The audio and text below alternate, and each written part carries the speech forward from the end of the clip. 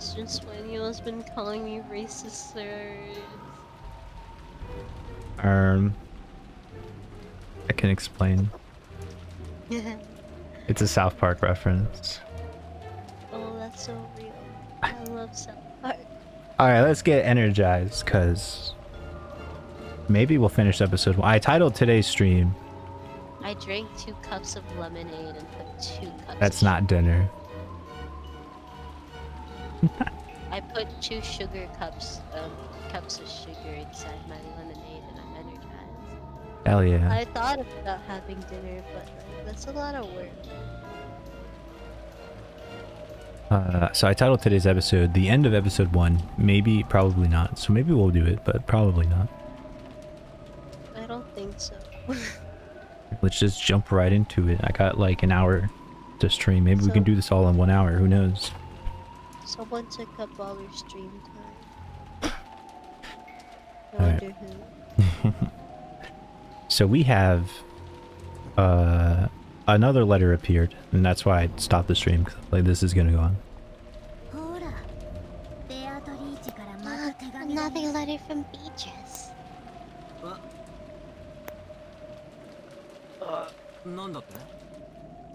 What did you say? My voice can't be consistent.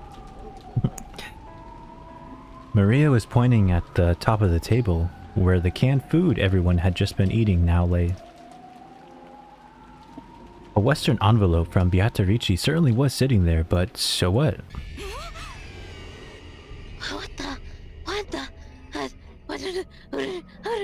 Aunt Natsuhi let out a hysterical cry, looking between her own hand and the table, because the envelope she had just opened was still grasped in her hand. So why is there another envelope on the table? What the hell? What's going on, Maria? Where did that envelope come from? Just now, I looked at it and it was lying there. I don't know anything. Anything.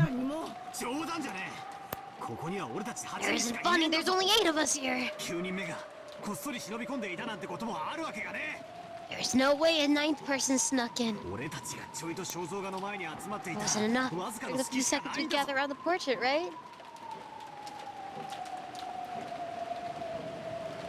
What if it was just there, no one noticed? Oh shit. Get back, all of you! It looks hot. What if, did they check under the table? Maybe somebody was hiding there and then just slipped it up when we're all looking away. Check under the bed.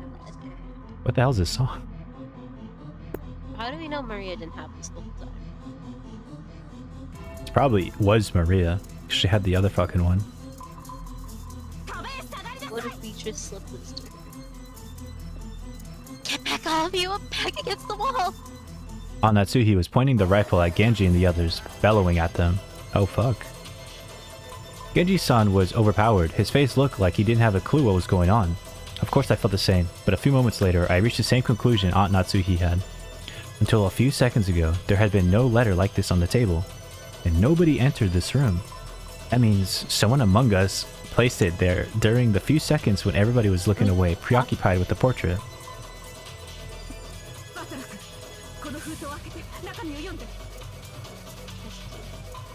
Good. Open that envelope and read what's inside. Sure. I picked it up. It was still sealed with the wax.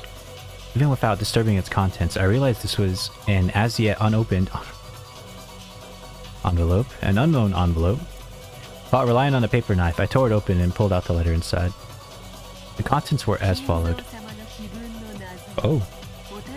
Are you enjoying a little bit of Kinza-san's epitaph? You'll read the narrated Beatrice voice.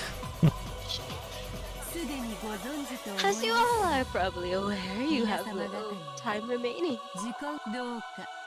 Please abandon the naive hopes of escaping after the storm passes. This game can only end with my victory or yours.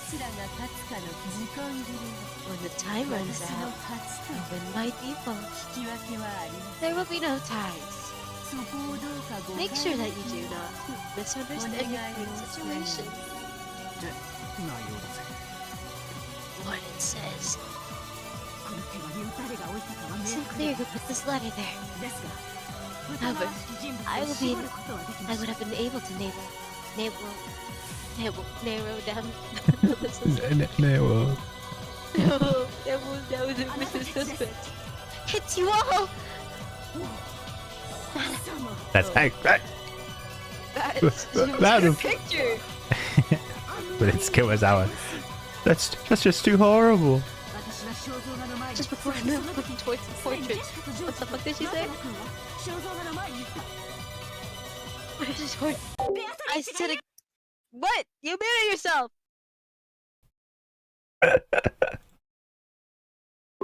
Wait, my music turned off. Hold on.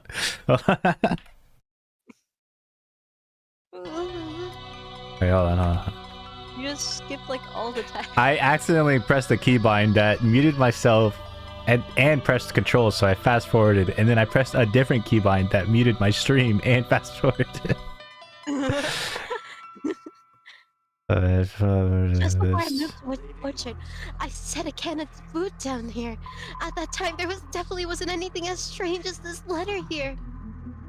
And at that time, Jessica, George, and Battlerkin were already in front of the portrait, and they didn't leave the spot in front of the portrait until the letter appeared. So the person who set down the letter was one of you four. Beatrice is here. Beatrice,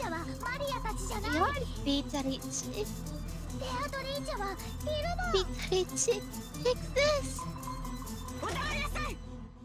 Silence! I don't know whether I should suspect one of you or all of you. But without a doubt,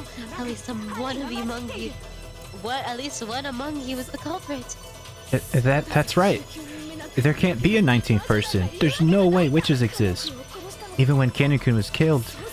Yeah, that could be explained if Kumasawa-san was the one who did it. The truth is that Kumasawa-san entered the boiler with Kanen-kun and killed him. And then she lied, saying he had already fallen when we got there. You're making a mistake, my lady. Why would I do something like that? I don't have the slightest idea how my parents were killed in that clothes room. But when they were killed, everyone except the servants had an alibi. Yeah, I think the servants did. The only ones who didn't were the servants. But does that really mean it's okay to suspect them? Yes, now that you mention it, they don't have any alibis for any of the cases.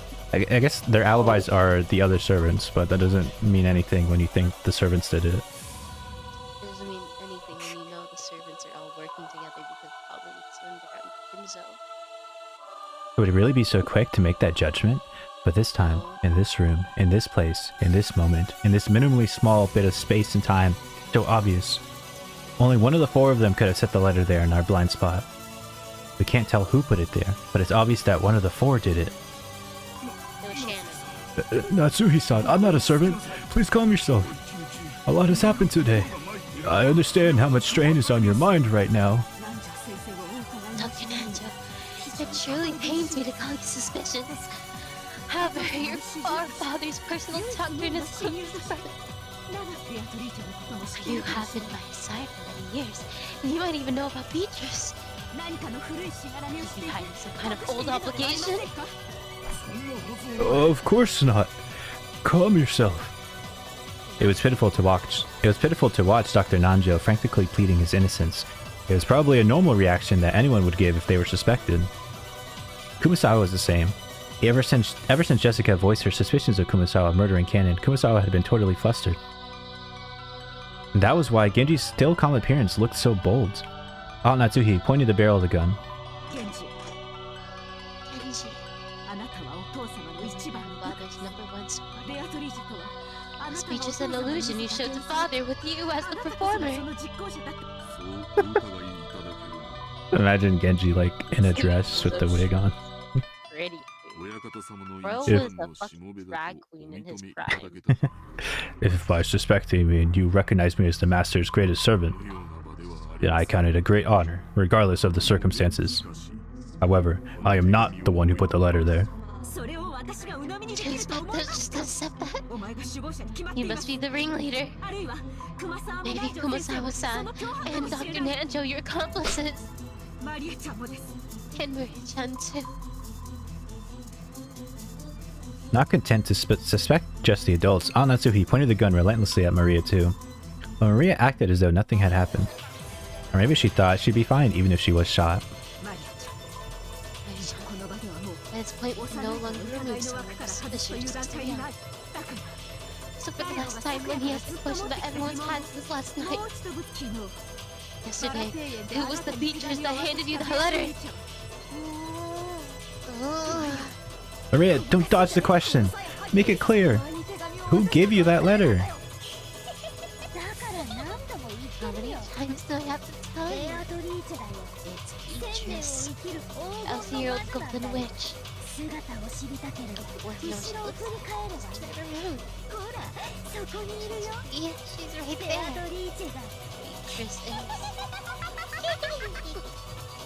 Don't mess with us. Don't mess with us, Maria. I can't do Jessica's voice. Like, I know she sounds angry, but like I would have to just do like my own actual voice. Honestly, I think the way she talks kind of sounds kind of boyish. Maybe I should just do my actual voice. Yeah. Enough of that, Jessica. Enough of that. Maria too. I don't know what the fuck. Believe it. Believe it. Don't you understand the situation? Okay, maybe that word. Yeah, it's like the Believe it. good. How you get into character. What are you hoping just to gain by saying stuff like that?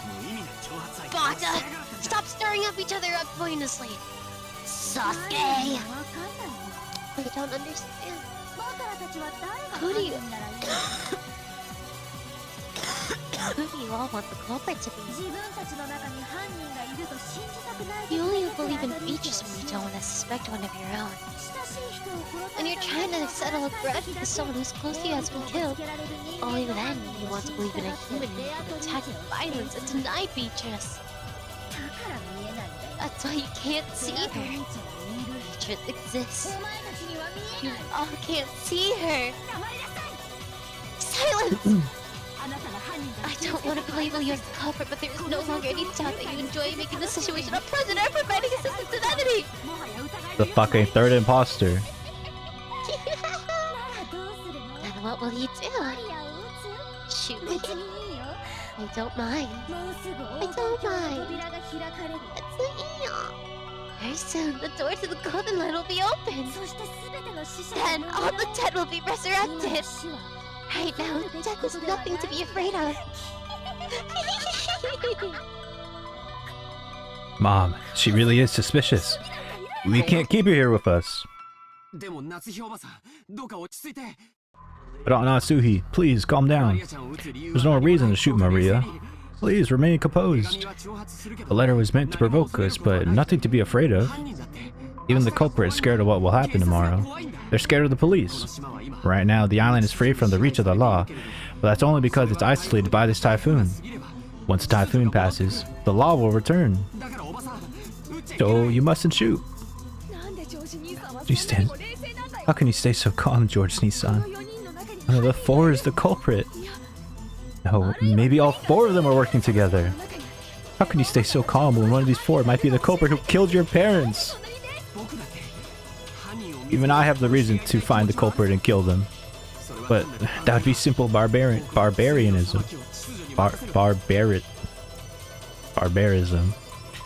I will leave the judgment of crime to the law. So no matter how suspicious they are, you mustn't pull that trigger. I feel the same as George Aniki. Aunt Nancy. Get a hold of yourself for a second. Don't want to become a murderer. Anyway, hit me bad shit. At times like this, I hear that you should tilt your head and say, "Stay cool," 3 times. Let me make this clear. Witches don't exist. Not on Rockajima. Not on the Ushiromiya mansion. I declare it as Ushiromiya Natsuki, representative of the Ushiromiya family.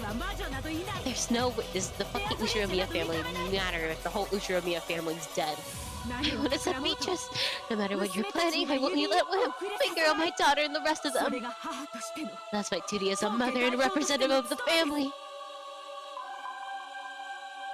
Those words were the final words of farewell that settled everything. To protect her daughter, Aunt Natsuhi would regard any suspicious person as an enemy. The only reason George Aniki and I were standing on his side was by coincidence. We had a clear alibi regarding the letter. If I hadn't approached the portrait, I would also be at the other end of the gun barrel, treated like a criminal. But even though part of me thought that, part of me was thinking that chasing all the suspicious people from this room would finally guarantee our safety. Genji-san and Kumasawa-san and Dr. Nanjo and Maria, let's throw her in there, all of them were on grandfather's side. Maybe you could say that once Maria started blindly believing in Beatrice, she was also on grandfather's side. That's right, they're all suspicious.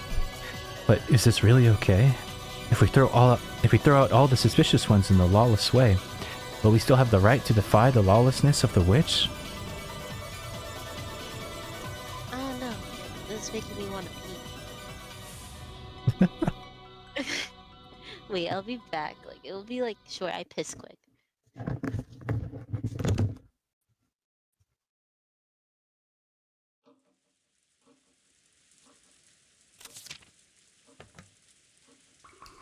Wait, did we read the letter?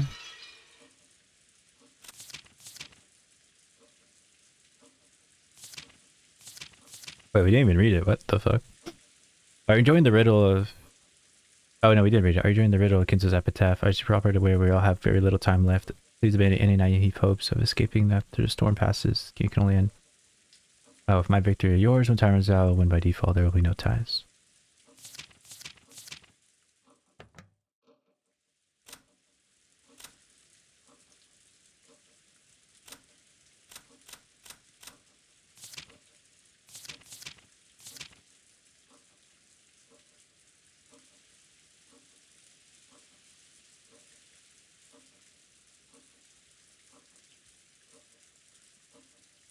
So, according to the epitaph, there needs to be 3 more kills. 6, 7, 8.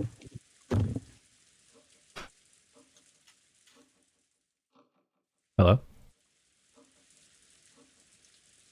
So stomach, knee, leg. Back. Hello?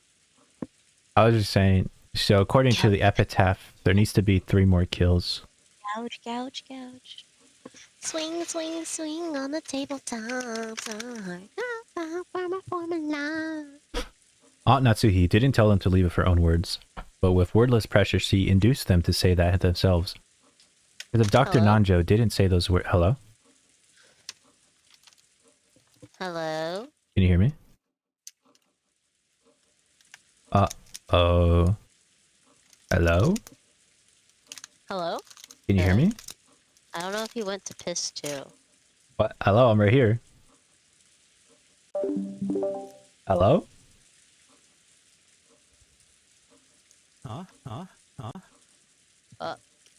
Hello? He's communicating. Not really. Hello? Why the fuck can he not hear me? I can't hear anything, which is weird. What the shrimp? Maybe it's my volume. Hello? Hello, I hear you. Now I hear things. Okay. Okay. Alright, let me reread this then, because you weren't here. Alright. Aunt Natsuhi didn't tell them to leave her own words, but with wordless pressure, she induced them to say that themselves. Because if Dr. Nanjo didn't say those words, this cold silence would surely continue forever. Calm yourself, Natsuhi-san. Still, I understand your feelings well. I myself feel like there's something wrong with my head after all of the strange repeated incidents. So, I understand why you would want to suspect us. If you really have nothing to do with this, then my actions now would be beyond rude. However, please understand. Just this once.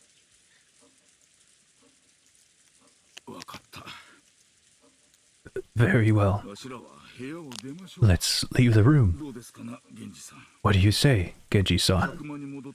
Shall we return to the parlor and continue our game of chess? If that is what you wish, by all means. I don't want to. After all, that means we'll have to leave this room knowing that the wolf is among us, right? I don't want to, madam. Please forgive me. It was obvious that Kumasawa. It was obvious what Kurosawa was trying to say. If she was innocent, then she would be injected into the dangerous territory along with the culprit. In the current situation, urging her to leave the room along with the suspects was almost exactly the same as letting her get killed. However, Kumasawa-san was suspicious just for being the first one to discover that Kanen-kun had been murdered. At that time, everyone suspected Kumasawa had an alibi, or everyone except Kumasawa had an alibi. Unless we could prove the existence of some contraption or the existence of a 19th person, Kumasawa-san was by far the most likely suspect. I didn't want to believe it. However, Natsuhi and the rest of us were in such a difficult situation that we couldn't help suspect her at all, as well. So we didn't say anything to stop Aunt Natsuhi from trying to oppressively chase them from the room.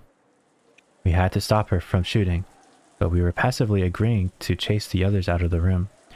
On top of that, Maria spoke to the fretful Kumasawa-san. It's okay. Beatrice is kind to those who respect her.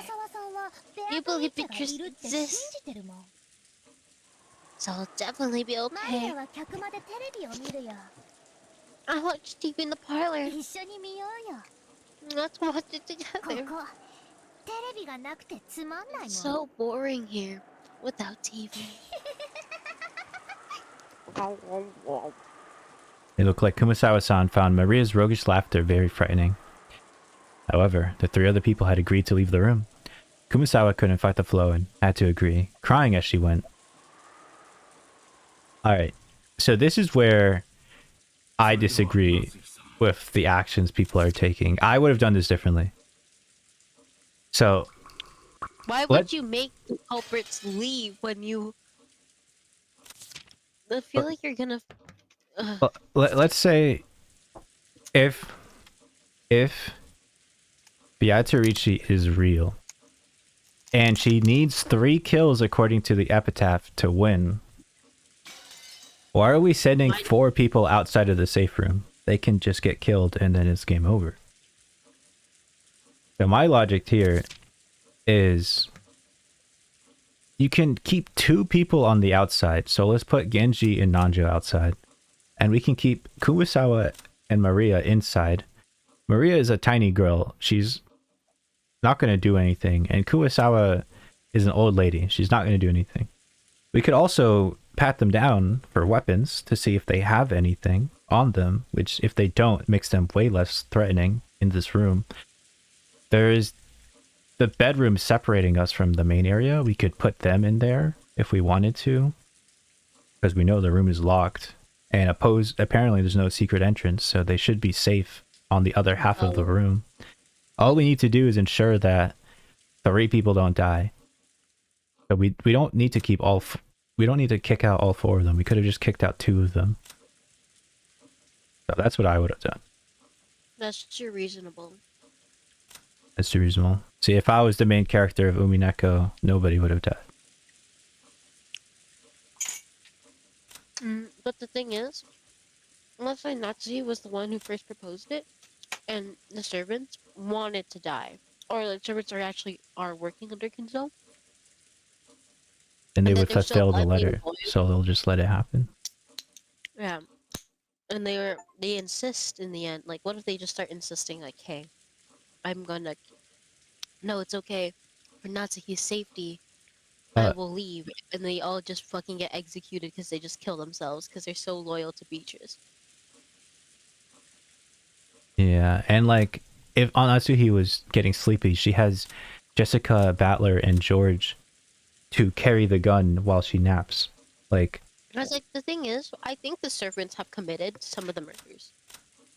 I do think the servants actually committed most of the murders. And are responsible for them. Yeah, because these guys have always been together. Because, like, you know, I think, yeah, it just makes sense. Like, if we look at from it also as like an unreliable narrator. I hate that. Yeah. And like, yeah, it's probably like the way Kanen died probably was like. I don't want an unreliable narrator because that means I can't solve it on my own. No, you can solve it if you just like don't take everything as fact. But then I have to assume which part is the lie, which is less fact and less. Isn't that like a real murder mystery though? Most of the time, you have It's tangible fine if a evidence. character lies. It's not fine if the narrator is lying to me. Okay, but what you have, but like, from what we've seen, a lot of it, the narrator, which is sometimes canon and whatever, we can interpret that as instead of like Like, I guess, fact. okay, I guess the narrator is jumping between like tons of different people. So Yeah. mayhaps Just it is unreliable. think of it as like a writer. So just like the only thing Yes. you should accept is the murder scenes, I'd say. Continue then. Well then, Natsuhi-san, that will be all for tonight. Let us meet again tomorrow. Yes. Please understand, at least for tonight. When the police come, all of us will surely apologize for our rudeness. You may play chess, but do it in a safe place if you can. Genji, I leave them in your hands. They're all gonna die, by the way, and it's gonna be like, oh, Certainly. the murderer must be Beatrice because they killed themselves, or Maria, or well, maybe Maria's dead. I don't know. It has to be everyone. It has to be. I feel like they're all gonna die, and then the witch argument's gonna come back, and people can ignore the fact that these servants are just gonna be like so loyally faithful that they just might kill themselves and just they were But like, responsible for it. if the witch is real, then they're all fucked. But if the witch isn't real, then the killers just kill themselves. I think okay. I think the witch. I think it's a mixture of both, though. Like not just one or Like the maybe other. the witch exists, but does her magic exist? Yeah, If the magic exists, they're all dead. I don't think the magic exists, but I do think that the servants are working under the witch and are very loyal to her, and the witch does exist. Like, if we can even call her a witch, if that she doesn't have magic. I just think Magic. it's magic. It's the fucking Himiko shit where she's like, oh guys, Wait, it's Himiko is just magic." Maria. Maria, tell us who gave us the fucking letter. It's Beatrice, I swear. Honestly, It's like if we fucking go- Himiko. maybe it's like all the lines have been foreshadowing, like Shannon wearing the dress and acting as Beatrice. To like, But I thought Genji was in the dress. What if everybody was in a dress acting as oh, Beatrice? maybe everyone's Beatrice. What if this is gonna go like the Disney Channel route? It's like, no, I'm Beatrice. No, I'm Beatrice. No, do you get that reference? It's like Radio No. Rebel. What? I was too old for Disney. Disney Channel is like too young for me. Except for Sweet Life of Zack and Cody. So you never watched Radio Rebel? I've never even heard of that. What? Wait, no. That's after my time. Oh my god, you can't be that old. What the fuck? Who's somebody famous from that show? Debbie Ryan. I know her from Sweet Life of Zack and Cody. I know her from Jessie. That came out in 2012. Oh my god, Yeah, you're so old. I was watching anime by then. You're too old. Wait, if I do the math, you're born in like 1999. So then Yeah. 2012, you're like 13. No! You're too old. Oh my god, that's weird. What That's the fuck? weird. Oh, Like when I was a kid, I thought all teenagers watched the Disney Channel because like I just thought the Disney Channel was like, oh, my high school's life is gonna be like the Disney, and it was not. But I was convinced, and I was convinced wrongly. you tell a joke and there's no laugh track. No, There's just 'cause, like, silence and everybody's staring at you. no, because that's happened before. I'm sorry. They just all cringed, and I was like, oh, I mean, I didn't mean it like that. I was just joking. of Well, that's course. why I just don't talk. Yeah, I stopped talking after that moment. It was too embarrassing. It was so funny in school because, like, I only had friends in, like, maybe one class, which was Spanish class.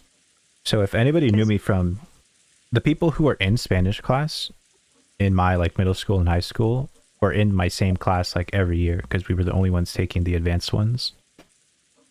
So pretty much anybody in that class knows me as like slightly more sociable than any of my other classes where I just literally don't talk because I don't know anybody.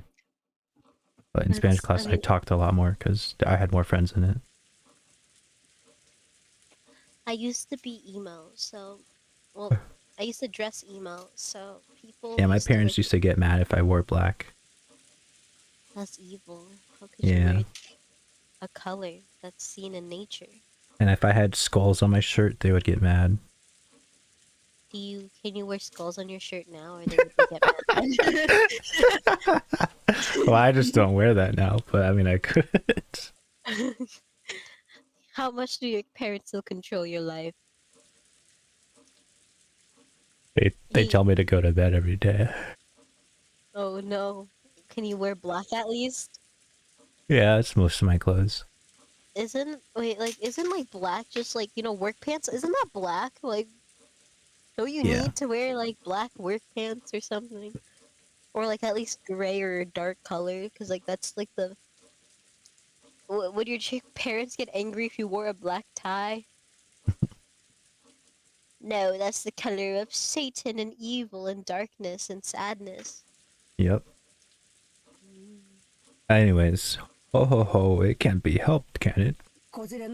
They always say that the most frightening bears are those with the children. Genji, Kumasawa, sincere apologies. Let us meet again tomorrow. Maria-chan too. Please forgive your cold heart. I forgive you. Madam, the keys to the room. I will hand both over to you. Genji-san pulled 2 golden keys from his front pocket and handed them to Aunt Natsuki. I will also hand over my bundle of keys to the inside of the mansion. He took out the bundle of... I'm gonna fucking strangle this fucking beard. To the servants, those keys were probably proof of their position. Being placed in charge of the keys meant that they were relied upon. When they were forced to return them, that meant they had lost that trust. Thinking about it that way, to Genji-san, who had worked here for a span of many years, there could be no greater shame. However, Genji-san's usual indifferent expression remained on his face. Genji, after father passed away, I would reward you for your many years of hard work and allow you to retire. To treat you like this. He is just the best character. Yeah, because he's just there. Makes me ashamed from the bottom of my heart. I have already received the Master's favor. Everything I have done until today has been in repayment for that. Please do not worry over it. Well then, shall we, everyone? Good night to you all.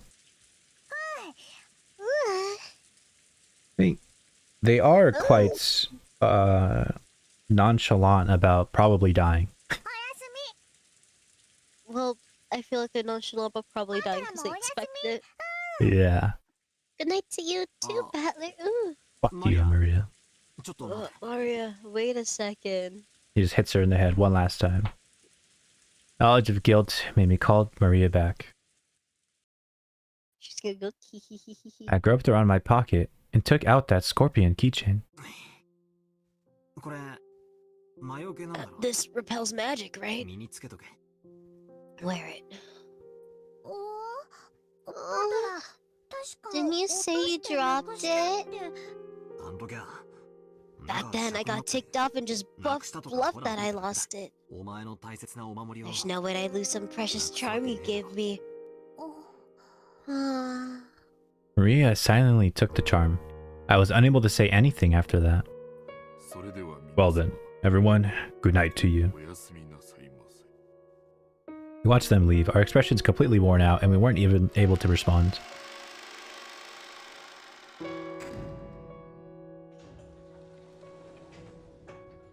Okay, can we just cut to the murder now?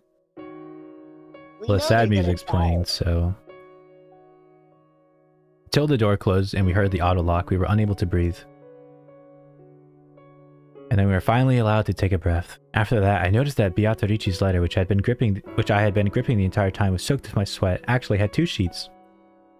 The paper had been tightly stuck together, so I'd mistakenly thought there was only one. Uh-oh. Triforce. There was no characters on the second sheet. Oh my gosh, he's a fan of Zelda. The thing drawn there was a magic circle written with red ink with blood. Fuck, and we just threw away... Is that the Star of David? We threw away fucking... That's not the Star of David. I gotta kill myself. We threw away Maria. She's not even here to read the fucking thing. It's probably gonna mean that there's gonna be murders tonight.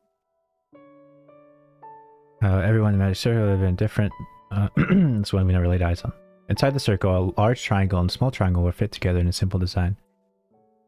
Just like before, there's some writing in Hebrew that clearly looked like it had some kind of meaning. I wanted to know what it could be, but we had just chased Maria, the only person who could understand the meaning of the circle, out of the room. Yeah, now I hope you guys feel stupid. I thought of this magic circle as Beatrici's second message. What does the magic circle mean? Damn it. It's a Triforce with 3 sides because she needs 3 kills. Oh my god. Oh my god, it's gonna be some stupid shit like that was a Triforce where she needs 3 kills to finish a ritual, and the Hebrew says you done fucked up. I hope they at least try to solve it. If I was here, I would start looking at the books to see if there's any way that Kinzo has something on magic circles and stuff in this room. You know, I'd already probably guess it and be like, I already probably know who the murderer is by now. Well, if we use my original strategy, Maria would still be in this room, so actually it'd be fine. After chasing out all the suspicious people, all we had to do was stay barricaded until the morning, and everything would probably be over. Once the typhoon had passed, when the Uminekos cried, "Will everything be resolved?" But the letter, which had unexpectedly appeared in the study, forced us to reject that naivety. It had made it very clear that if time ran out, it would mean the witch's victory. When time runs out, is the witch planning to take on the offensive? This time. The witch has been on the offensive, bro. Is she planning to display some fearful magical power?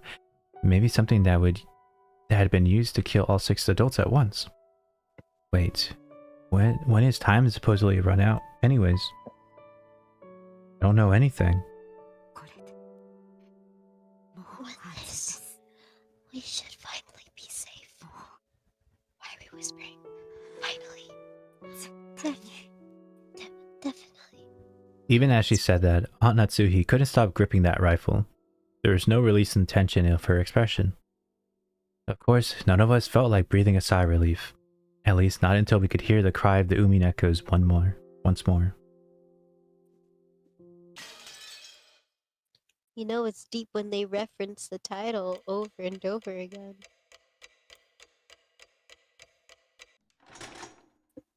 $11:30. Uh-oh, why isn't it the morning? They're gonna check and they're gonna find dead bodies, and then someone else is gonna die. After we chased them out, nobody wanted to say anything. All of the suspicious ones had been driven away. Even though we knew there might be some innocence among them, we still did it. We chased them out of this paradise, where people don't have to suspect each other. But our motive for chasing them out was suspicion of one person towards another, the worst kind of crime for a human. If we had accepted the existence of a 19th person, of a witch, then we all might still be talking face to face, trusting in each other. In that instant, we had agreed to chase out all the suspicious people. But had that been the right thing to do? During this endless silence, we could do nothing but quietly... Okay, when the letter appeared on the table, nobody fucking said, like, well, I didn't do it. Like, they just kind of reluctantly accepted that they were going to be blamed. Like, there's nobody going to say that it literally just appeared there out of thin air. Like, not even that. Not even an attempt to defend themselves. Are you guys just not gonna fail to be reminded that sometimes the memory is unreliable, so even if it just popped up suddenly, who's to say it wasn't there before, you know? I want them to at least say that. No, it wasn't me. Well, because they fucking did it. You know what? It's because they fucking did it. I mean, that's what I'm alluding to. already did it, but like, and they're gonna die, I'm pretty sure. And it's all gonna be blamed on the witch, but we all know the servants were in on it. And maybe the witch does exist. I think the witch exists, who's like not the servants, but like, I do think her magic power isn't real. But had that been the right thing to do, during this endless silence we could do nothing but be quietly tormented by that sin. Natsuhi faced the door without letting go of her rifle for even an instant, sitting far back in the sofa. She would probably spend the night staring at the door without a wink of sleep. George Aniki gazed through the gap of the closed curtains by the window, looking down at the courtyard and the mansion that surrounded it. I didn't know whether he was checking to see if a suspicious shadow would be visible through the window, or whether he was wondering to himself about something. Jessica was sitting sideways on the sofa next to Aunt Natsuhi with a dead expression in her face. Every once in a while, as though she remembered something, she'd take out her inhaler she had used during the asthma attack and stick it to her mouth. I just heard it from Aniki. But apparently Jessica liked Kennen-kun. It was apparently so vague that she herself hadn't realized it. You know, it's the kind of thing that other people tend to spot before the person in question realizes it. Which means you might have first learned of her feelings when the person she liked died. It must have been so terrible, so sad. Come to think of it, Kennen-kun was the one who handed her that inhaler. Maybe she was remembering that. I was fishing around grandfather's studies, thinking I'd researched the meaning of the magic circle in the second letter. Nice. Okay, good.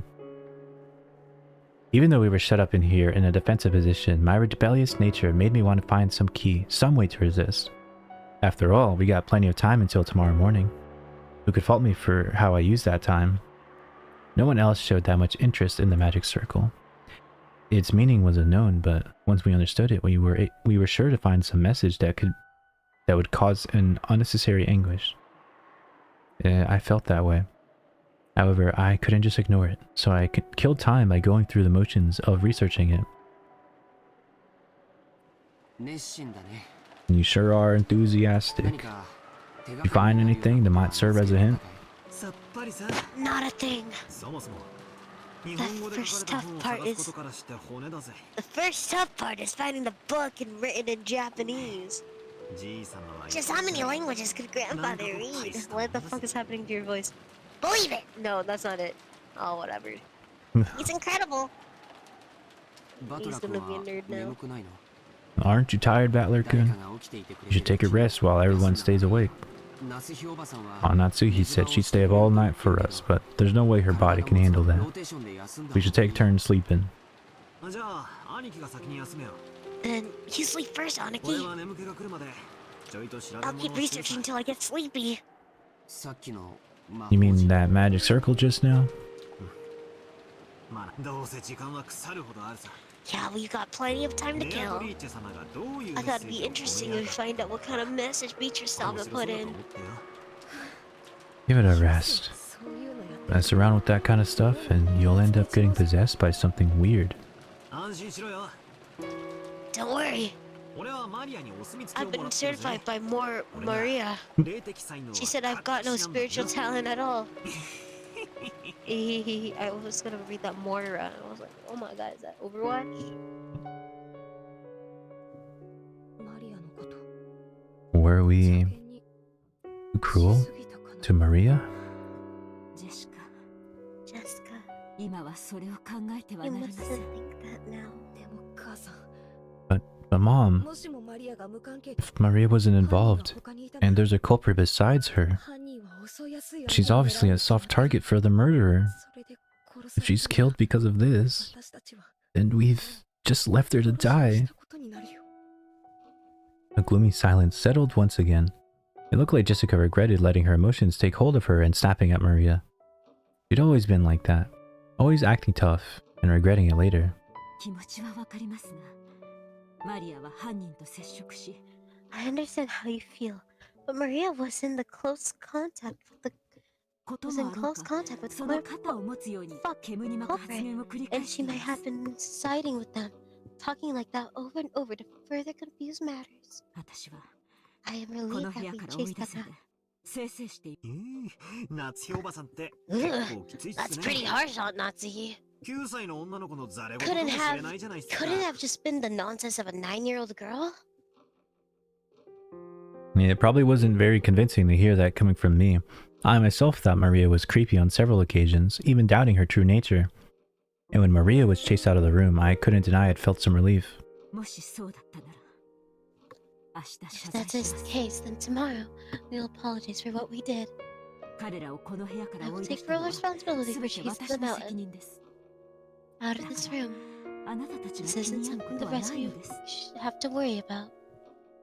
I could feel a tragic determination in Aunt Natsuhi's words. To protect her own daughter, she had resolutely chased out the suspicious ones. And if, as a result, she had to watch the people who had unfortunately been suspected die, so be it. She was prepared to take full responsibility. Why does Maria have to keep saying stuff like that? She's bringing about her own ruin. I think the reason Maria-chan adores witches and magic so much might be Aunt Rosa. Aunt Rosa?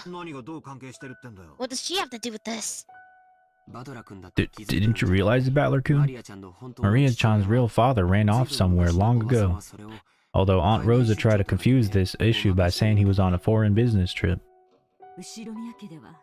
Talking about Rosa's family has become a kind of taboo in the Ushiromiya family. I think Aunt Rosa thought about remarrying. But I also believe Maria-chan may have become her shackles and made that quite difficult. After all, she sometimes got real emotional and hit Maria-chan. I agree with you there. It looked like Aunt Rosa was trying hard to like Maria, which means she didn't really like her. You might have thought of Maria as someone who stood in the way of her remarrying. I think that emotional regret from her mother might have left some deep scars on her young heart. So she learned about the occult hobby from somewhere and immersed herself in it to bury the holes in her heart. You know, to Maria-chan, the image of a witch isn't negative at all. Remember yesterday at the beach when she showed us her notebook? Yeah. It was full of all those fun-looking scribbles. Yesterday when we were down by the beach, doubting the witch, Maria got all riled up and started explaining about witches. And not one of the pages had shown a picture of an ugly witch. And they were all brightly colored, beautiful, cute witches who looked like they were having fun. There was nothing absolutely sinister about them, like a boy might have imagined. They were beings adorned with beautiful dresses who could grant anyone's dreams with their mysterious magic and who made everyone happy. The sorrow of not being loved by her mother. Had Maria sought help from witches as beings who could give her happiness and save her? Someday, a witch would come, and using her wonderful magic would bring Maria happiness. Even though she believed that, as she got older, she had to face reality as her fleeting dreams were sliced to ribbons one by one. If something claiming to be the Witch of Rokkanjima appeared in front of a girl like that, whispering that she'd take Maria to the Golden Land where Maria could be happy, now that it's come to this, I want to confess that's in my heart. What's in my heart? Throwing up Maria-chan? No. Genji-san and the rest too? Was probably the wrong thing to do, I think. It wasn't pleasant. Since Jessica had been the one to face them and slammed them with words of rejection, her conscience might be tormenting her a lot right now.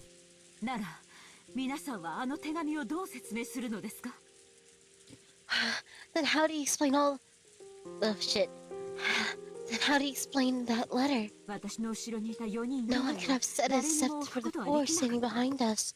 I made sure of that. I made sure of that with my own eyes. If those were innocent, how was the letter placed in a closed room with 8 people?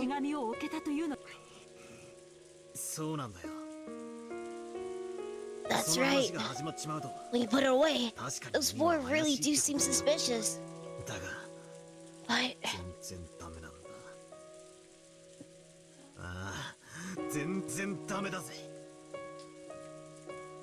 Mallory? Oh my god. But believe it. But it's all useless. It's all useless. Useless? What is? Right. Might not be worth anything anymore. Well, let me spin the chessboard again. In other words, if one of those four were really the culprit, isn't that weird? That's right. Wasn't setting that letter openly on the table the same as confessing that one of them was the culprit? You're right, that's weird. Also, there's no way one of them could put the letter without the others seeing it, so they would have... all of them would have pointed to one person, so they're all 100% in on it. Yeah. So it's not just one person, dude. Like, there's no physical way that you could sneak a letter on the table like that without one of the people beside you seeing you do that. Yeah, I see that. No. I think these people are thinking too much with their emotions, and they're gonna get people killed. This murder game could have been prevented if they just used their brains instead of their brawn. But what do you call it? It's like emotions. Their heart. Oh, their heart. No, I was thinking the brain and the brawn, but I think brawn is restraint. So. Yeah, you're right. That's weird. If they were gonna do it, you'd think they'd put some kind of crack in the door, for example, to make it look like someone had slipped out from the outside. Of course, they should have known that they'd be suspected if they didn't make it look like the culprit was outside the room. Yeah, that's it exactly. If the culprit was one of those four, setting that letter right in the middle of the table. But putting aside whether the trick was used here,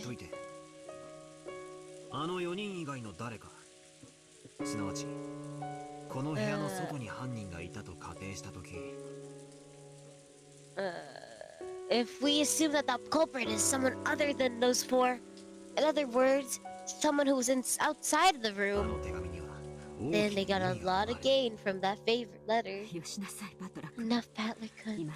Let's go to sleep so we can continue the plot. It's meaningless to discuss such matters now. And Tsuhi-san quickly guessed what I was getting at. No, maybe she had thought of it long before I had, and had simply held her tongue. The culprit's outside the room. Totally stuck in the room.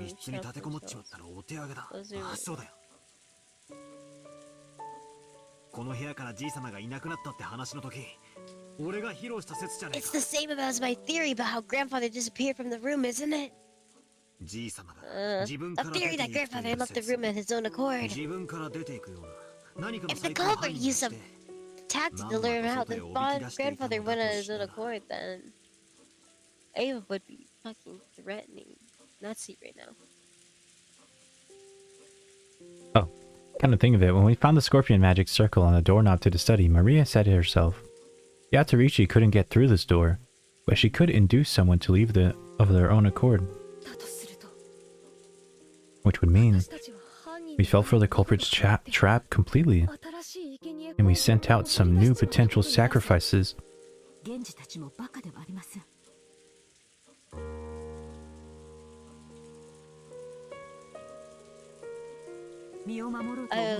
Oh fuck.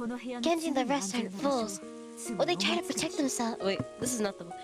Genji and the rest aren't fools. Will they try to protect themselves? They should find the next safest place after this room. Unless they're the culprits. They'll definitely be able to hide themselves here. Onatsuhi hadn't answered the question. Onatsuhi herself had realized that if the culprit wasn't in our group back then, the letter would make sense as a trap. However, it wasn't worth the risk of calling back the people she had once thrown out. Didn't she... Oh, wait, but didn't Battler see another body run out of the basement and everyone else was in the basement? Well, it was just the door that was opened. Wait, but, yeah, but I can't remember if he said he physically saw it.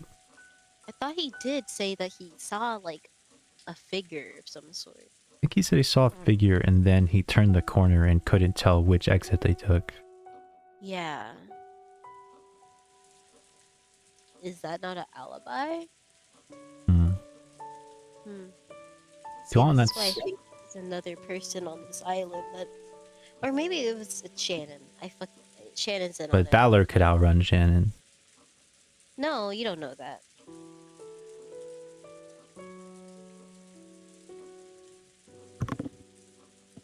I don't think so. Balor's just a boy, and Shannon probably has some experience. If Shannon, I feel like Shannon's involved somehow. To Anatsuhi right now, her greatest and only duty was to protect the children. By her thinking that in order to do that, the few sacrifices were unavoidable. Hey, Aunt Natsu. Let me say something a little harsh, okay? At that time, what if, by coincidence, Jessica also had been standing behind you? Would she have chased Jessica from the room too? It's true that a lot of brutal things have happened. But, as a mother, you thought you should protect your daughter no matter what. That's kind of a fucked up thing to ask. It is. Wait, that's why he put a disclaimer. Because of that duty, you chased them out, even though you knew you'd eventually be held responsible for it.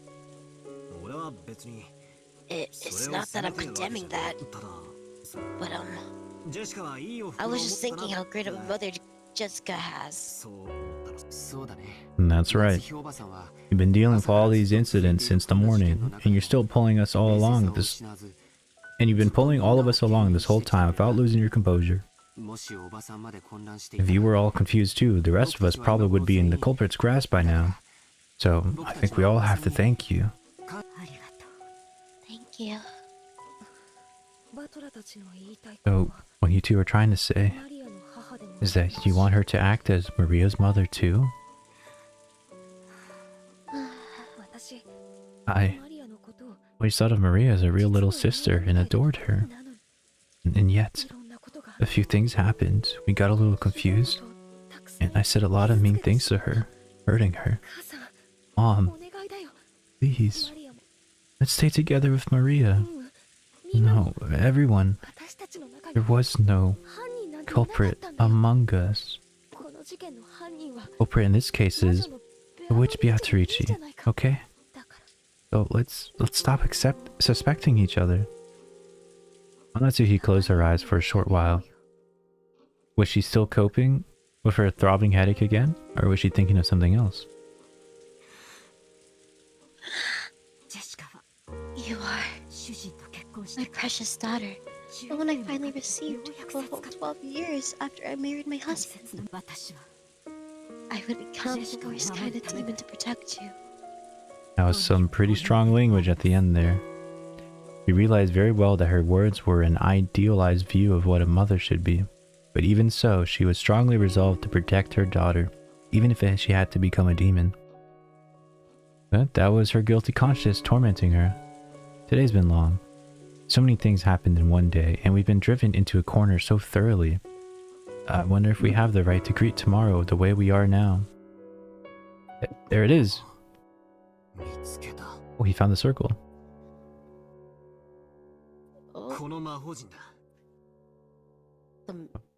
There it is. I found it. The magic circle. Where's my phone?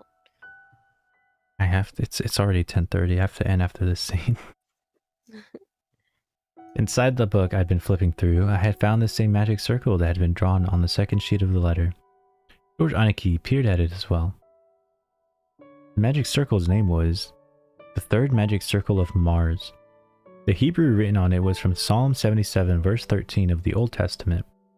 What God is so great as our God? The meaning of the magic circle was discord. Hold on. Discord. Agitate internal divisions and cause the enemy to bring about their own downfall. Uh-oh. Uh-oh. Wait a sec. Seriously? Could there have been a more fitting way to describe our current situation and mental state? We couldn't help but be stunned into silence. So, the letter was a trap? How did they place it in here? There wasn't anyone in the room except for the 8 of us, right? Anyway, let's ignore how it got in here for now. The servants put it there, and the servants killed themselves. The culprit was after just one thing. Isn't it so convenient that Battler didn't see the 3rd note before they kicked out Maria?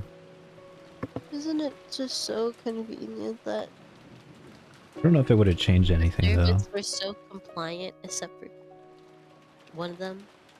I feel like this is something that they're only paying attention to now because they've calmed down. But like in the heat of the moment, I don't know if it even would have changed anything. I don't know, man. I would have personally just... The culprit was just after one thing. They wanted to spread the seeds of doubt inside this I hate that word. impregnable room and use us to throw the sacrifice Oh, the room's so pregnant. The pregnant silence. In that case, they're after the people who went out of the room. Mom, what should we do? Those 4 are in danger.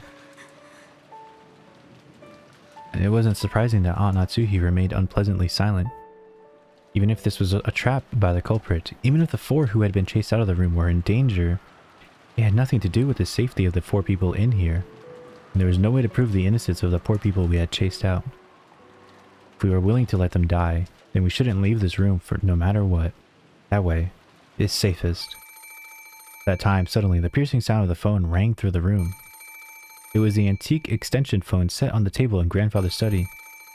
It had rung right after we started talking about the letter being a trap. It was natural we think of it as an SOS from the ones we had chased out. Then Aunt Natsuhi spoke. Why a phone call? Fuck. Fuck, do I stay past my bedtime? Well, this is so interesting. There's finally plot after me almost And we're gonna asleep. pick up the phone next. It. Kind of want to stop here because I feel like we're not gonna slow down after this. Okay, but think about it like this. It'll be so interesting, you won't want to put it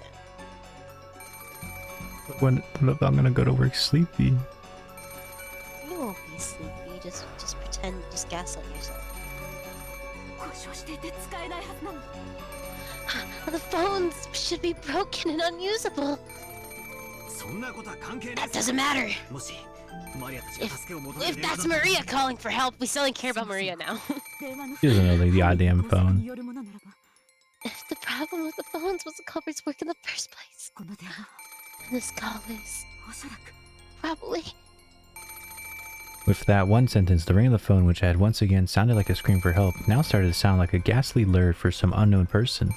Aunt Natsuhi hesitated over whether or not to pick up the receiver. Let's pick it up, Aunt Natsuhi. The phone might have been fixed for some reason. It would still be an urgent call from Maria-chan and the rest. That's right. Even if it actually is a call from the culprit, bring it on. Why don't we listen to what they've got to say? It's just a phone call. No matter what they babble about through the receiver, it's not like it's gonna hurt you. If you don't pick it up, I will. Oh, I knew it. I'll take it. You will die in 7 days. I stretched out my hand to take the receiver, but Aunt Natsuhi grabbed it before I could reach. We all held our breath, trying to figure out whether the person on the other end of the person on the other end was a phone. I fucking read that so wrong, but whatever. For a while, Aunt Natsuhi kept saying hello. Silent phone call. There's no way Maria and the others could do something so creepy. Which means... could this phone call possibly really be... Natsuhi stopped repeating hello and strained her ears. She thought she heard something far away on the other end of the receiver. What was that? Is someone... racist? Singing? Oh, it's fucking Maria. Uta. Sayano Utara. Sakura no Uta sa. What do you mean, singing? Don't know. But From the other end of the phone, I can hear someone singing. I wonder what it could be. It's Maria. She's singing because she's a creepy child and a... Oops. Give it a hit. Give it a hit for a sec. Hello? I half forced the receiver from the Aunt Natsuhi's hands and pressed it against my ear. At first I didn't hear anything, but because I had been told about it before, I noticed. It sounded far away from the receiver, rather than someone speaking in a quiet voice, and it sounded like a girl singing a song. That voice did sound like Maria's, but that made the gist of the situation even more inexplicable. At the very least, the one who had made the phone call hadn't been Maria. After all, Maria was singing some song far away from the receiver. In that case, the one who made the phone call should have been Genji-san, Kumasawa-san, or Dr. Nanjo, or maybe somebody dialed the phone and then Maria ran across the room. Yeah, it says they weren't saying anything. Why? For what reason? The person who made this phone call? Who was it for? Or who was it? Oi, oi, oi.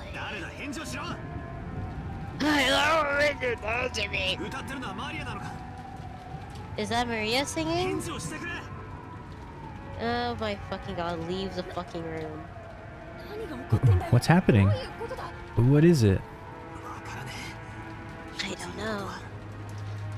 All I can say is, this is probably a trap, and Maria's in trouble. Natsuhi took the receiver again, but after yelling at it several more times, she realized that she wasn't getting anywhere and hung it up. After that, she dialed quickly. Then she clicked her tongue. Right, if the phones were working, then we should be able to reach the police. But judging by Aunt Natsuhi's reaction, the outside telephone line still didn't connect. Let's go. Even if we know it might be a trap, we have to go. Yeah, definitely. Okay, are we finally? Yes, Jessica, Aunt Natsuhi, stay here. When Aniki and I tried to dash out, Aunt Natsuhi stopped us. Hold it.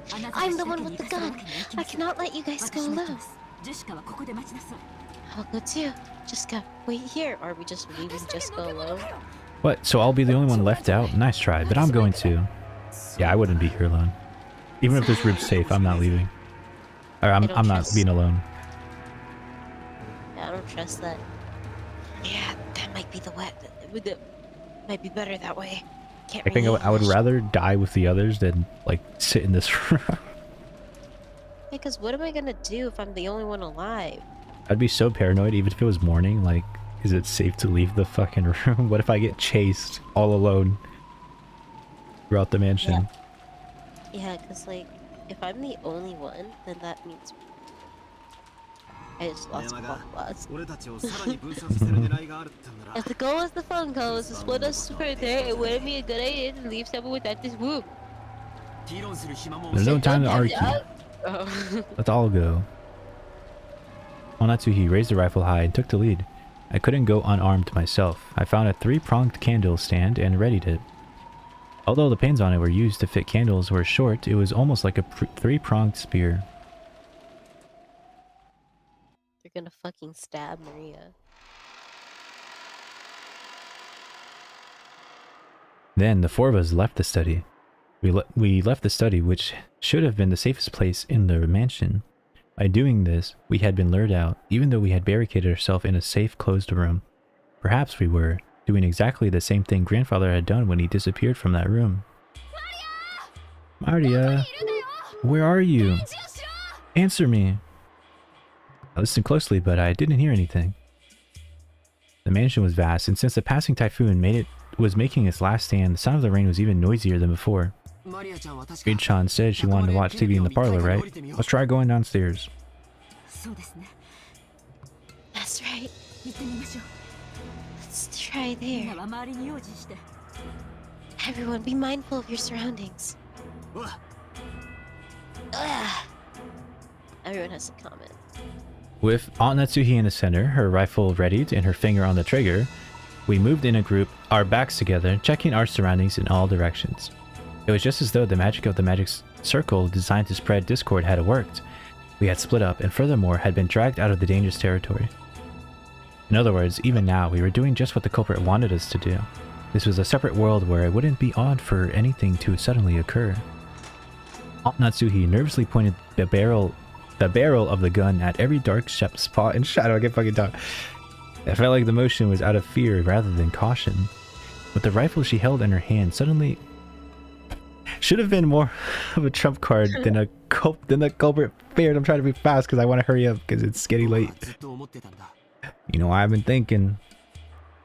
He's bouncing on my booty cheeks. I love flavors. Hello. Oh shit! Is this a? Oh, there was just an earthquake. Okay. Oh I'm fuck. fine. Okay. Just a little baby Okay, earthquake. wait. This is a baby earthquake. That was kind of scary because I thought someone was shaking my chair. It's Piaterici. I was like, oh, I'm sorry. I believe. It wouldn't be impossible to stick one of those ice picks into someone's chest like Cannon-kun's case. Oh, my figurine's okay. But splitting the skull and sticking them into a forehead like my parents' case wouldn't be that easy. You think the culprit had that kind of animal strength? They probably had some kind of weapon device that can shoot or pound in those ice picks. I mean, you could have like a hammer to dig it in more. And that handle is too short to be driven in deeply by human strength alone. Yeah, wait. You just hammer it in. Well, they would have had to die on impact though. They probably did. Just Well, unless they like was a struggle. There might have been struggle. Oh, that's what I forgot to mention this before. But in Hideyoshi's CG, I mentioned how the curtains were torn. But the ice picks, they said, aren't sharp. They're not made for cutting. They're more for, like, piercing. Even then, they're not, like, sharp. They're like, cylindrical. They obviously probably didn't die originally from the, you know... So, I was thinking, like, there must have been some kind of struggle or something, because that ice pick probably is not cutting a curtain. Like, when you think about it, like, to cut a curtain isn't, like, the easiest thing to do. Like, if you slash out of a sword, it probably maybe, like, won't cut properly. I think it would be more like he was struggling and, like, grabbed the curtain and tore it, rather than, like, he got stabbed by a spear. I thought about this last night. I was like, wait, why is the curtain cut when the stake is more of a, like, more blunt than it is sharp? Anyways.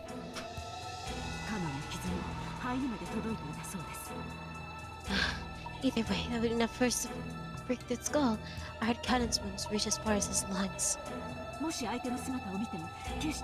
do we trust Dr. Nanjo's evaluation? I don't trust it. I mean, I feel like even if you don't have a medical license, you can see how deep the thing went. Remember, he was rushed immediately. You can tell by the blood on it. I mean, we didn't see it, but like, I feel like if somebody there saw how deep it was, they'd be able to tell. What if it was faked? I don't think. You might think they were able to tell, but the thing is, they didn't fucking explicitly tell us. They just told us that, like... Yeah, they'll tell us everything else, but they're not gonna tell us that. They probably didn't expect the wounds that, like, carefully, especially with the shock. I don't think they did. Also, well, if it did puncture his lung, I think he would have died way faster. Yeah. 'Cause he lasted pretty long. I don't know, I think Cannon faked something. He likely died of blood loss, like, just from If he's the wound dead itself. at all, I don't think he's dead. I'm gonna be honest with you. It says he's dead. I don't trust that. I think something's being faked. Okay, the way they said Cannon died was that Nanjo said he couldn't save him, but I don't know if the others saw that. Hey, that was like, but that's such a... I don't know. Something, it's just like, I don't want to trust whatever the hell these people are saying. Alright, let's continue. 10:50. If you happen to see your opponent, don't go forward. You mustn't move away from my back. Just how sinister and frightening was the weapon that could shoot those creepy ice pigs? And could I do anything in combat with just a candlestand in my hand? In the first murder, the culprit probably assaulted all four of our parents at once, and they discussed the inheritance problem in the dining hall. And there were four of us here now. Apparently, I wasn't the only person thinking this. George Aniki, Jessica, and of course Aunt Natsuhi were scratching their senses to the utmost limit in the highest and worst sort of tension, slowly advancing one step then another. What have we done? Because of the seeds of doubt spread by that one letter, we threw Maria and the rest in the middle of this terrifying world. We finally reached the first floor. The parlor was just across the hall. When we listened carefully, we could hear it faintly. Maria's eerie singing voice. She wasn't singing naturally, as though she was in a good mood. She was singing mechanically, like she was at a graduation ceremony and had been ordered to. The song she sang was just a common folk song, one that everyone had probably sung in school one time or another. But why that? In the middle of the night, alone, with all her heart over and over. Why? Right after leaving the study, we had called out in loud voices asking Maria where she was. But this time, no one even said a single word. We hid our breath at the sound of her footsteps and intensely focused on the surrounding to the point of being completely high-strung. We stepped forward. The door to the parlor was closed, but we could hear Maria's singing voice through it. Onatsuhi put her hand on the doorknob when George Aniki stopped her. I'll open the door. Onatsuhi, Battler, ready your weapons.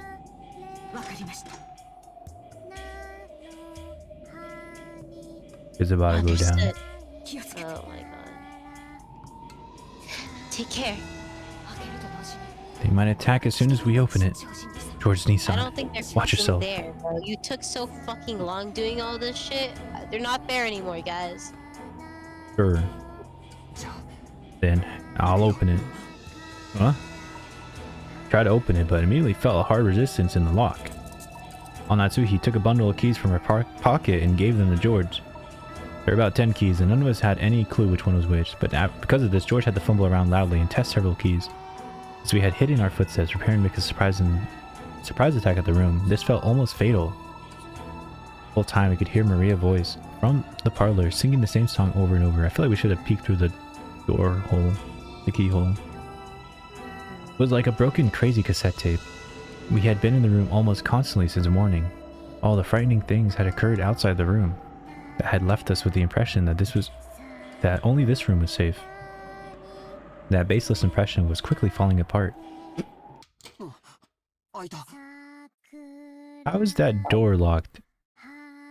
Genji gave us all the keys.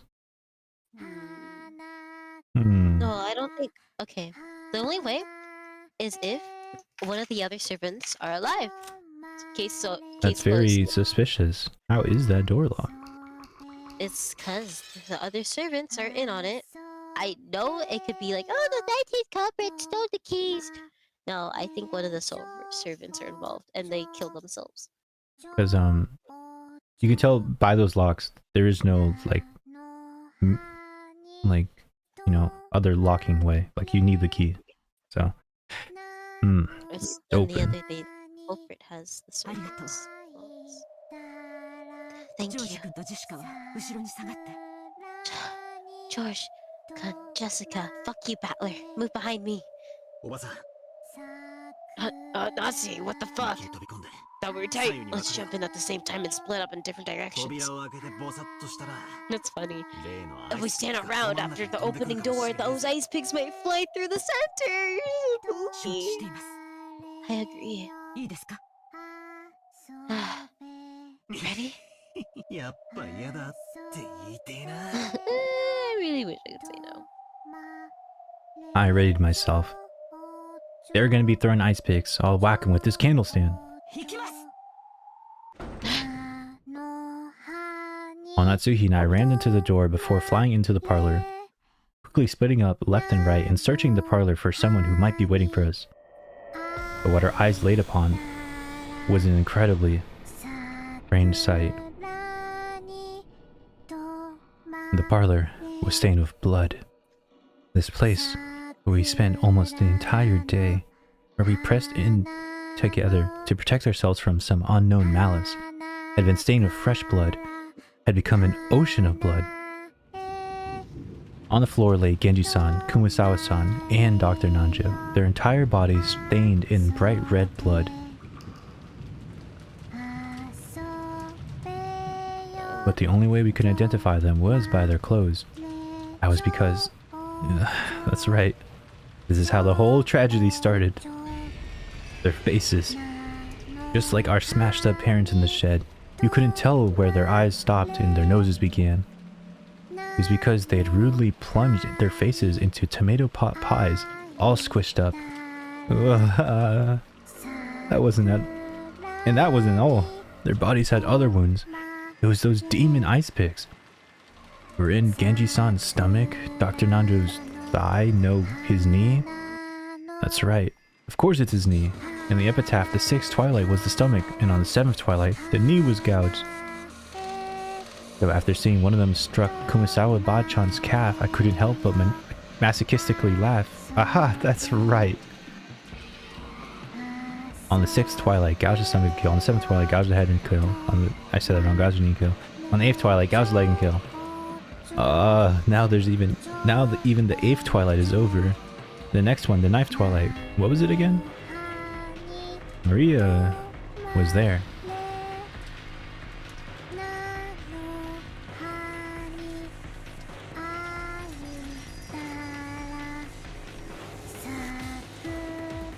She was facing the wall in the inner part of the room, standing still, completely alone. She faced away from this horrible scene, standing by the wall, singing her song over and over. There was nothing else in this room. Just the corpses of the 3 who had been brutally killed, and the phone receiver, which was still off its hook, proving that this was the room they had called from. Just that and Maria, her back to the scene as she kept on singing while facing the wall. We couldn't even scream at this bizarre scene. We could only stare, shocked, with our mouths hanging loosely open. Maria? Jessica called out to her, but Maria showed no reaction. Alone, she kept singing on and on. We had come here, trying to save Maria from some approaching danger, and now that we found her, we should have been running up to Maria, hugging her, joyous that she was safe, and yet not one of us could do that. Everyone thought it, but couldn't say it. After all, because that's right. Even if that's crazy, no, it couldn't be. Maria! Stop singing! Are you listening? At some point, Anatsuhi and I pointed our weapons at Maria's back. I yelled at Maria. What did you try to say? I was just saying, my first thought is, this girl is fucking traumatized, bro. She's coping as hell. I yelled at Maria in a violent voice, but there was no reaction. She just kept singing. With the candle stand still readied, I ran up to her and forcefully, violently slammed my hand down on her shoulder. Then I pulled her shoulder, forcing her to turn around. Maria's small body was quickly pulled down and fell. And, as though unhappy at having her singing interrupted, Maria looked at my face with her usual expression. Even in this gruesome situation, she was just like normal. Maria, what is this? Who did it?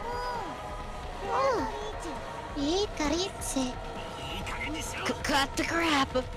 I threw the candle stand I had been holding against the wall.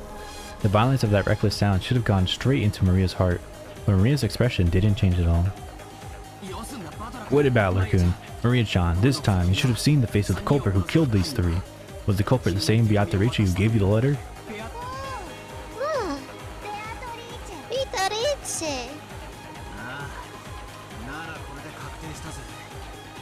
Well, it's for certain.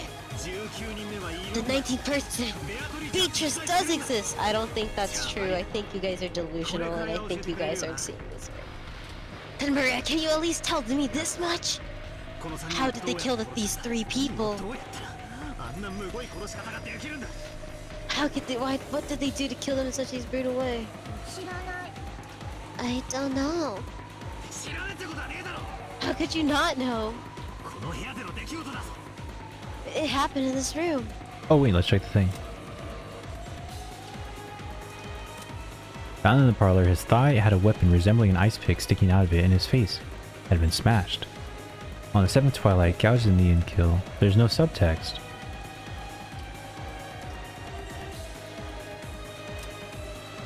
Found in the parlor, calf-headed weapon, a knife, gouged knife, kill.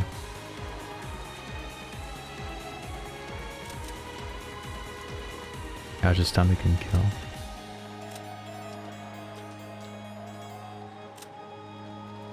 Okay,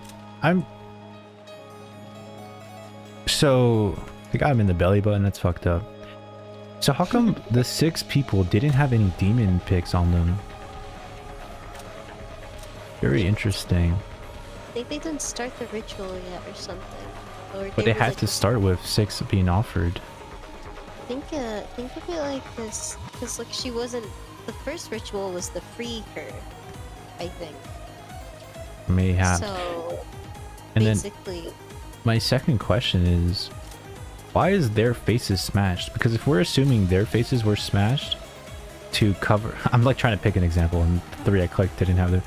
If their faces are smashed because they're not actually dead and it's a different body, then why are these 3 smashed? Because it doesn't matter if their identity is hidden or not.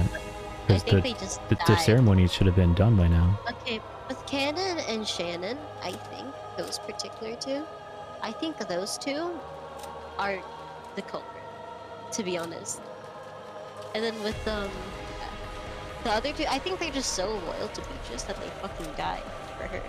Like genuinely, like out of everyone, I think Beatrice's and Cannon's death is like the most suspicious, and I think it's a very bold move to like try presenting Cannon's death as fact, because what the story is trying to do is by making the reader think that like what happened is factual, when in actuality it was not factual.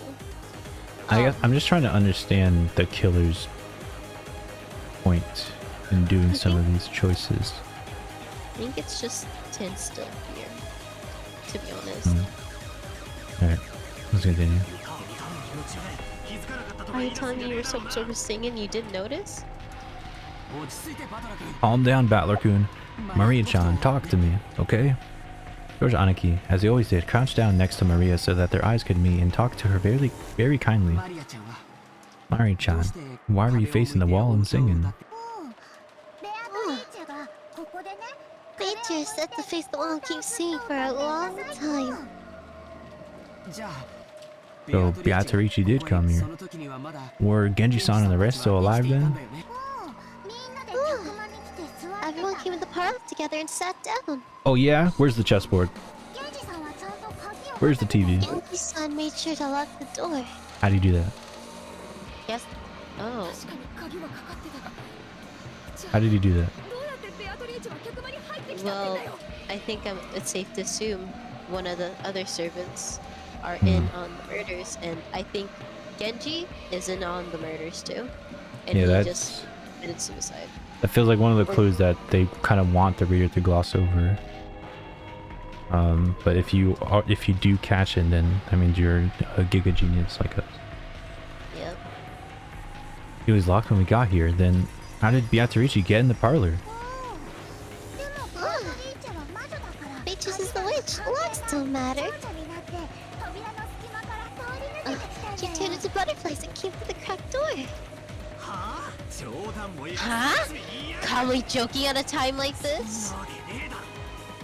Like hell that happened. What are you saying? I'm saying this in calm voice because my voice is tired. You can't believe it?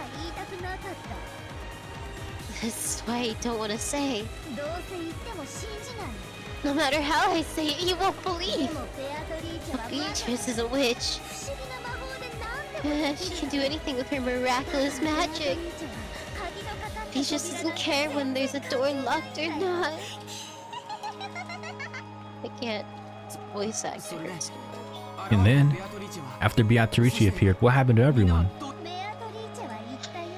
Beatrice talked to us. She said grandfather's study was perfected by a powerful force and she couldn't enter no matter what she did. She told us she'll set 3 sacrifices for 4 people in the parlor. Everyone said no way. Someone kept saying no way, no way, no way. But Beatrice chose. And when she did, I said I'd be fine. What do you think?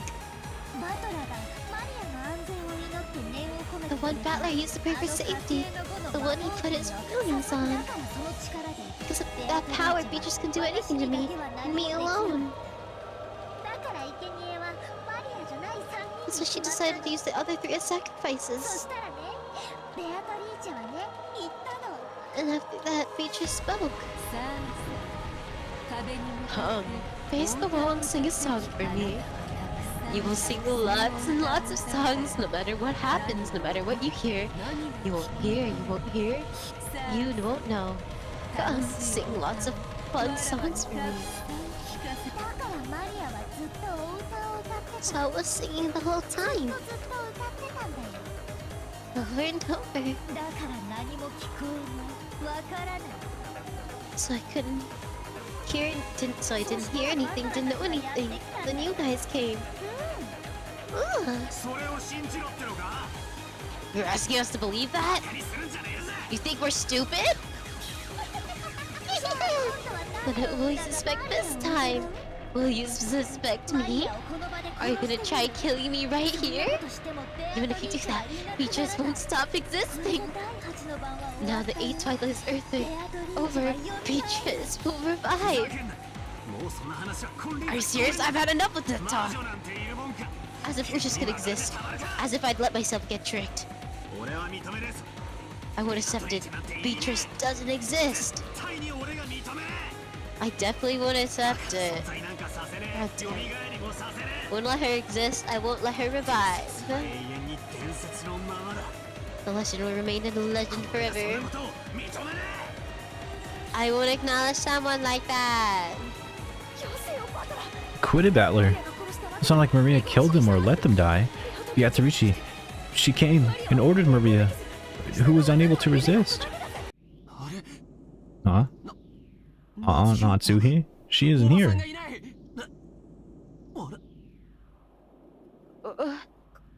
Mom? Where did she go? Just now she left by herself, reading a letter.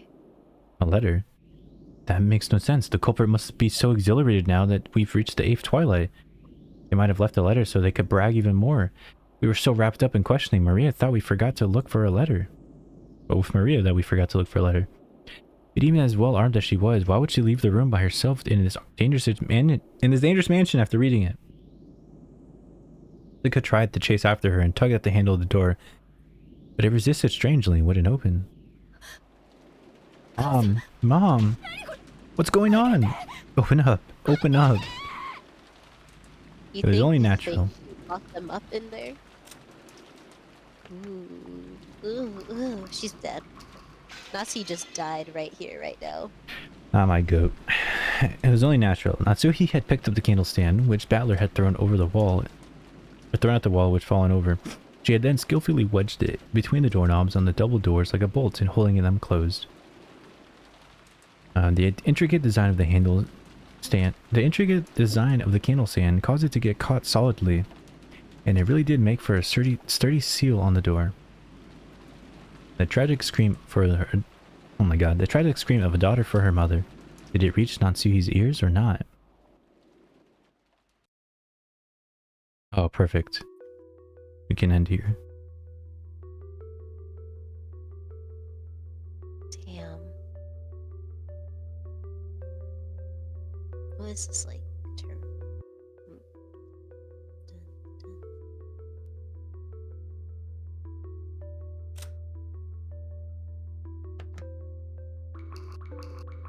Alright. Memento water.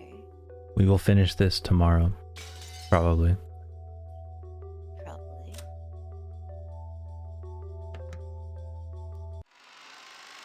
We are almost done with episode 1. Holy shit, they said it couldn't be done. What a shame. Junsuenu has a bedtime. Yeah, I got a bedtime. Yeah, I'm busy 3 days a week. 3 days? Yeah, I should probably study more. Well, saying that like you're not old. No. Why must I have to sleep so early? Why must I be so sleepy at work? Why Why must you be so sleepy while scrolling through Instagram? I don't understand. I have to scroll. I have to doom scroll. You gotta doom scroll through Twitter.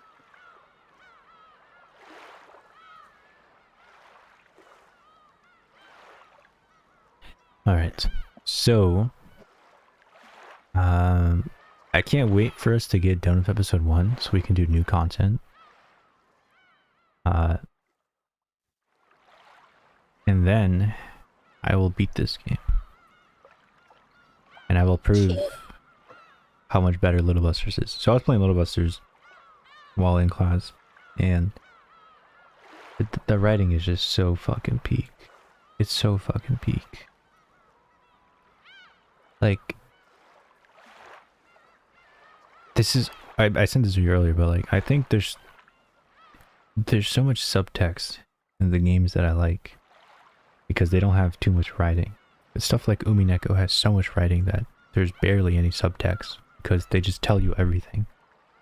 Like, I feel like you're never given a chance to like wonder how somebody's feeling because the visual novel will just tell you, which is like fine for most people because it's giving concrete proof of it. But for me, like, I don't even need that because I already think it or I can infer it. Like, I was playing Little Busters and like there was a scene where the main character is eating food and he's talking about how it doesn't taste as good as it used to, which obviously means because he feels lonely because the character is missing and he hasn't spent time for... He obviously doesn't think the food fucking just sucks randomly. He thinks it tastes bad because he hasn't been with her. If it was Umineko, they would have gone on and on about how fucking eating food with family tastes better, actually. I love Lamento Beyond the Void. I love the gay cat boys. There was another gay scene in Little Busters. I didn't send it to you, but it was like... What was it? I sent it earlier. In a different server. Why Oh. can it be yaoi? One of the characters like... So somebody... one of your bros stole some of your meat from your curry. And then your other bro character is like... I can't stand that the other guy feels so content with a piece of the main character's meat. And he's like, I want to feel that too. Bro, hop off my meat. it's so gay. So much tension. So fun. Like, oh my god, my main character's a little flamboyant.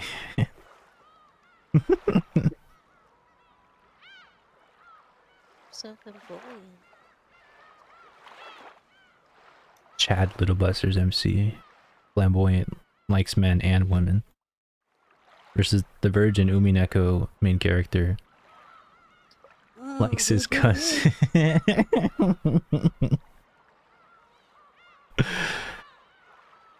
I do wonder if Balor will become a better character. I haven't talked about my opinions, but I just don't like characters like that. It like immediately makes me hate them when they act that way towards women. Like, the protagonist of Final Fantasy IX is overall pretty alright, and I like his relationship with one of the characters very well, because it's like big brother, little brother, and it's very endearing. And, but like with the main female lead, like he just acts like a pervert for some reason, and it just like kills the character. Like, I don't like that. It's not funny, and it's not like cool. Like, it's I would avoid these characters if I could, but sadly they are the main character.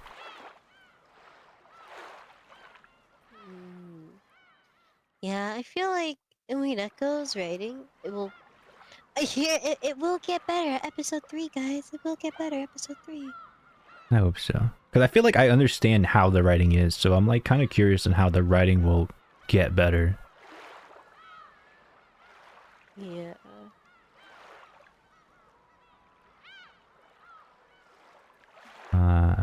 Yeah.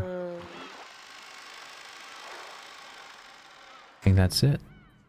I'm pretty certain tomorrow will be the last episode 1 stream. I hope so. I'm And so I won't tired. have I don't have my class, so you can start pretty much as soon as you're home or you're able to. Alright, I'll go home and I'll let you know. Yep. Alright, so we're gonna end the stream. I'll see you tomorrow probably.